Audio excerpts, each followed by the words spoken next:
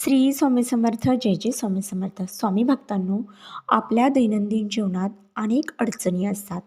आपल्या जीवनात ह्या सुख समृद्धी आणि शांतता टिकून ठेवण्यासाठी अनेक लहान मोठे उपाय केले जातात. शास्त्रात असे अनेक उपाय सांगितले आहे. बऱ्याचदा आपण खूप कष्ट करतो, रात्रंदिवस मेहनत करतो, परंतु घरात पैसा टिकत नाही, मानसिक शांतता लाभत नाही किंवा सतत काही ना काही अडचणी येत राहतात. घरात एक प्रकारची नकारात्मकता जाणवते. असे अनुभव तुम्हाला देखील येत असतात. तर यासाठी अत्यंत प्रभावी उपाय या व्हिडिओमध्ये मी तुम्हाला सांगणार आहे. आता हा उपाय तुम्ही दररोज करू शकता किंवा शुक्रवारी देखील करू शकता. दर शुक्रवारी मिठाचा दिवा आपल्याला कसा लावायचा आहे आणि हा दिवा आपल्यापैकी अनेकांना माहीत असेल कसा लावायचा आणि काहींना माहीत नसेल. तर याचे नियम काय आहे, कधी लावावा, त्याची वेळ कोणती आहे, ते आज आपण या व्हिडिओमध्ये पाहणार आहोत. आता दिवा लावण्याची योग्य पद्धत कोणती, तो कोणत्या दिशेला असावा, या छोट्याशा उपायाने घरात अखंड लक्ष्मीचा वास राहतो, हे आपण या व्हिडिओमध्ये पाहणार आहोत. आता आपल्याला जर तुम्ही या चॅनलवर नवीन असाल तर चॅनलला सबस्क्राईब जरूर करा. आता आपल्याला हा दिवा, मिठाचा दिवा कसा लावायचा आहे, हा उपाय कसा करायचा आहे. आता मिठाचे महत्त्व तर आपण अनेकदा पाहतोय की पूर्वीच्या काळी अगदी आपल्या घरात कुणाला नजर लागली किंवा मुलांचे डोके दुखू लागले, शरीर जड वाटू लागलं, तर आपले जे पूर्वज होते, आजी आजोबा, ते काय करायचे, मूठभर मीठ घ्यायचे, त्या व्यक्तीवरून 3 वेळा किंवा 7 वेळा उतरून ते मीठ पाण्यात टाकून द्यायचे. आता पाण्यात मीठ विरघळले की नजर आणि घरातील नकारात्मकता ऊर्जा नष्ट होते, असा ठाम विश्वास त्यांच्या मनाला होता. मिठाला नकारात्मकता ऊर्जा शोषून घेणारे एक उत्तम माध्यम मानले जाते. समुद्र मंथनातून ज्याप्रमाणे माता लक्ष्मी प्रकट झाली, त्याप्रमाणे समुद्राच्या पाण्यातूनच मिठाची निर्मिती झाली. म्हणूनच मिठाचा थेट संबंध माता लक्ष्मीशी जोडला जातो. ज्या घरात मिठाचा योग्य आणि आदरपूर्वक वापर केला जातो, तिथे दारिद्र्य कधीही टिकत नाही. घरामध्ये असणारी वास्तुदोष, नकारात्मकता ऊर्जा, कुटुंबातील सदस्यांमध्ये असणारे वाद, या मिठाच्या उपायांमध्ये ते सर्व नष्ट होतात. म्हणून आपण मिठाचा वापर करून दिव्या प्रज्वलित करायचा आहे आणि त्यामधून जी ऊर्जा निर्माण होते, ती नकारात्मकता खेचून घेते व आपल्या घरामध्ये सकारात्मकता वाढू लागते. अत्यंत प्रभावी हा उपाय आहे. मोठ्या किंवा महागड्या साहित्याची या उपायासाठी गरज नाही. आपल्या घरात सहज या गोष्टी उपलब्ध होतात. तर खडे मीठ, आता या उपायासाठी आपल्याला खडे मिठाची अत्यंत आवश्यकता आहे. आता बारीक मीठ चालत नाही, जाड खडे मीठ आपल्याला हे वापरायचं. हे मीठ हे नकारात्मकता शोषून घेण्यासाठी अत्यंत शक्तिशाली मानले जाते. आता तसेच यासाठी आपल्याला मातीची पंती, एक लहान स्वच्छ वापरलेली मातीची पंती असावी. मोठी मिळाली तर खूपच छान. मीठ आणि दिवा हे दोन्ही व्यवस्थित आपल्याला त्यामध्ये बसू शकेल अशी मातीची पंती पाहिजे. आता मातीची पंती नसेल तर पितळेची किंवा तांब्याची वाटी किंवा लहान वाटी देखील वापरू शकता, परंतु मातीची पंती असेल तर सर्वोत्तम. काचेची, मातीची किंवा पितळीची प्लेट ज्यावर आपण मीठ ठेवणार आहोत. हळद किंवा कुंकू दिव्याची पूजा करण्यासाठी आणि मिठावर टाकण्यासाठी. शुद्ध तेल किंवा गाईचे तूप देखील दिवा प्रज्वलित करण्यासाठी आपल्याला आवश्यकता आहे. तसेच कापसाची वात, एक लांब वात किंवा फुलवात असेल तरी चालते. तसेच दिव्यासाठी अक्षता, ताजी फुलं दिव्याला वाहण्यासाठी या गोष्टी आपल्याला पाहिजे आहेत. आता हा दिवा नक्की कसा तयार करावा याचा, तर जी मोठी पंती असेल त्यामध्ये थेट आपल्याला काय करायचं आहे, मीठ भरायचं आहे. एक छोटी प्लेट किंवा वाटी घेत आहात तर त्यामध्ये खडे मीठ ठेवा. या पात्रात स्वच्छ आणि कोरडे खडे मीठ ठेवा. लक्षात ठेवा, मीठ भरताना हे अस्वच्छ हाताने भरू नका. ते स्वच्छ हात करूनच मिठाचा आपण भरायचं आहे. मीठ आपल्याला पंतीमध्ये भरायचे आहे. आता पंती ठेवण्यापूर्वी तिला स्वच्छ धुवून कोरडी करून घ्यायची आहे. मिठाच्या थरावर ही पंती अगदी मध्यभागी स्थिर बसेल अशी आपल्याला ठेवायची आहे. तर मीठ खाली आधार म्हणून काम करेल, त्यावर पंती हलणार नाही.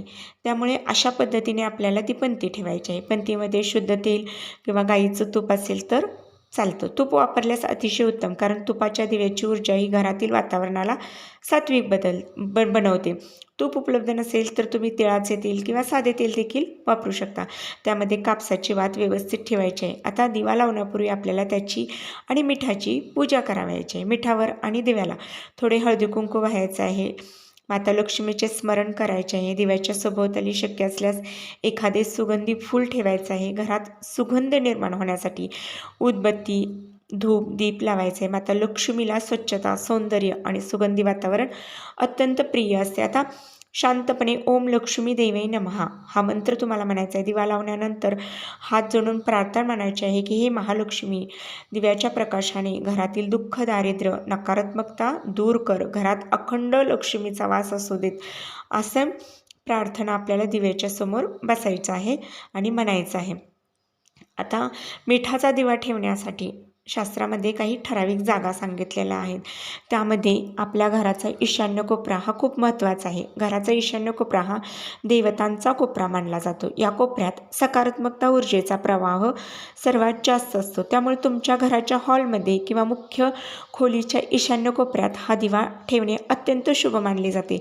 ही जागा स्वच्छ असावी, तिथे कोणताही कचरा किंवा चपला नसावेत. आता दुसरे म्हणजे देवघर किंवा पूजास्थान, जिथं आपण पूजा करतो. तुम्हाला ईशान्य कोपऱ्यात जर जागा उपलब्ध नसेल तर तुम्ही देवघरात किंवा देवघराच्या एका बाजूला सुरक्षितपणे तो दिवा ठेवू शकता. देवाच्या समोर हा दिवा लावल्याने घरातील देवतेचा आशीर्वाद मिळतो. तसेच मुख्य प्रवेशद्वाराजवळ माता लक्ष्मीचे आगमन हे मुख्य प्रवेशद्वारातून होत असते. त्यामुळे काही लोक हा उपाय करताना घराच्या आत म्हणजे मुख्य दरवाजाच्या उजव्या बाजूला बाहेरून आत येताना देखील हा दिवा लावतात. पण लक्षात ठेवा, दिवा हा सुरक्षित जागी ठेवा, जिथे वाऱ्याने तो विझणार नाही. दिवा कधीही जमिनीवर थेट ठेवू नका. सांगितल्याप्रमाणे तो मिठाच्या थरावर किंवा प्लेटमध्येच ठेवायचा आहे. तसेच दिव्याची ज्योत ही पूर्व किंवा उत्तर दिशेला असावी. दक्षिण दिशेला दिव्याची ज्योत कधीही ठेवू नका. हा उपाय कधी करावा याबद्दल काही नियम आहेत. कोणत्याही वारी करावा. हा उपाय प्रामुख्याने दर शुक्रवारी करायचा आहे. शुक्रवारी माता लक्ष्मीचा वार मानला जातो. या दिवशी केल्याने या उपायाचे फळ देखील आपल्याला लवकर मिळतात. आता काही लोक हा उपाय दररोज देखील करतात. तुम्हाला दररोज जर शक्य नसेल तर तुम्ही दर शुक्रवारी हा उपाय करू शकता.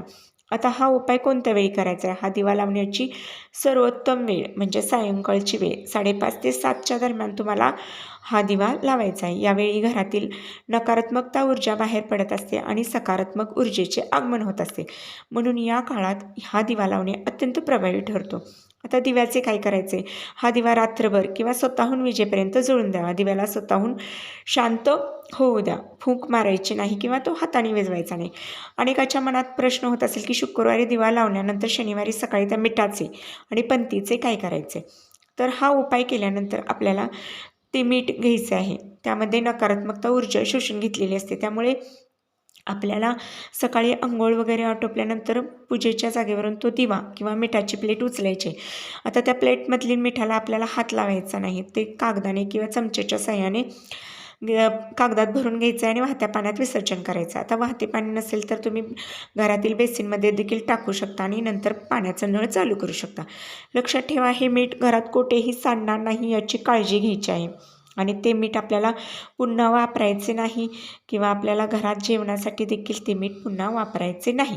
प्रत्येक शुक्रवारी आपल्याला मीठ हे नवीन घ्यायचं आहे. जुने मीठ चुकूनही खाण्यात किंवा झाडांना देखील टाकायचं नाही. ते पाण्यात आपल्याला प्रवाहित करायचं आहे किंवा बेसिनमध्ये टाकून पाणी सोडून ते मीठ प्रवाहित करायचं आहे. जर तुम्ही श्रद्धेने, विश्वासाने दर शुक्रवारी हा मिठाचा दिवा लावला तर तुम्हाला काही आठवड्यातच घरात काही स्पष्ट जाणीव किंवा बदल दिसू लागतात. नकारात्मक ऊर्जेचा नाश होतो. घरात असलेली भांडणी, क्लेश किंवा उदासी वातावरण हे निघून जातं. घरामध्ये प्रेम वाढू लागतं. तसेच आर्थिक अडचणी दूर होतात. माता लक्ष्मीच्या कृपेने व्यवसायात वृद्धी होते. तसेच विनाकारण होणारे खर्च थांबतात. वास्तुदोषाचे निवारण होते.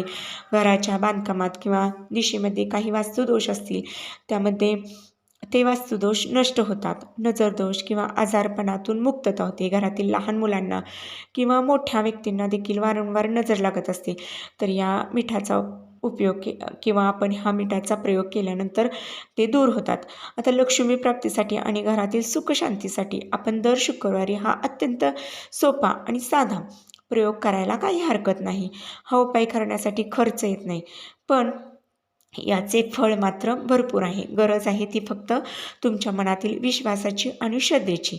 आता तुम्ही शुक्रवारपासून हा उपाय जर केला तर तुम्हाला अनुभव नक्की येत राहील आणि अनुभव आल्यानंतर तुम्ही नक्की कमेंटमध्ये सांगा की हो, आमच्या घरात लक्ष्मीचं वास्तव्य आहे आणि आर्थिक परिस्थिती आमची सुधारली आहे. घरातील क्लेश, तंटा हा निघून गेलेला आहे. नकारात्मकता ऊर्जा निघून जाऊन सकारात्मक ऊर्जेचं आगमन आमच्या घरामध्ये झाले आहे, असे कमेंटमध्ये नक्की सांगा. श्री स्वामी समर्थ.